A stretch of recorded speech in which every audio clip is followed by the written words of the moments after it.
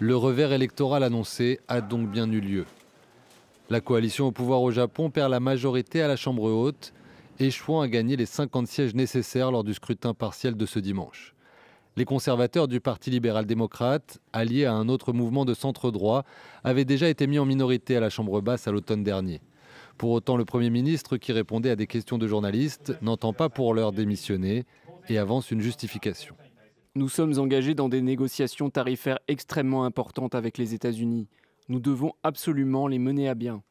Une stabilité nécessaire selon le chef du gouvernement pour poursuivre les négociations avec Washington, qui entend imposer 25% de tarifs douaniers aux importations japonaises dès le 1er août prochain.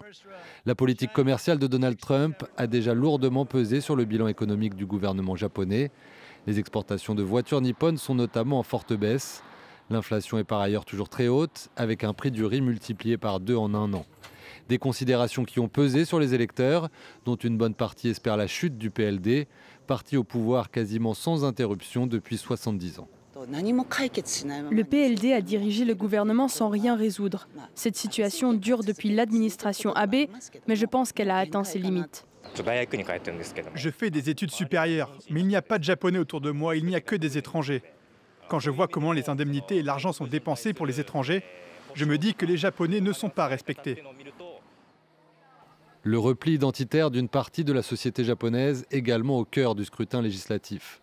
Selon les premiers résultats partiels, le parti d'extrême droite Sansei Ito, fondé en 2020, effectue une percée importante, passant de 2 à 16 sièges. Désormais minoritaire, le PLD pourrait, pour conserver le pouvoir, se tourner vers le principal parti d'opposition, le Parti démocrate constitutionnel, afin d'élargir sa coalition.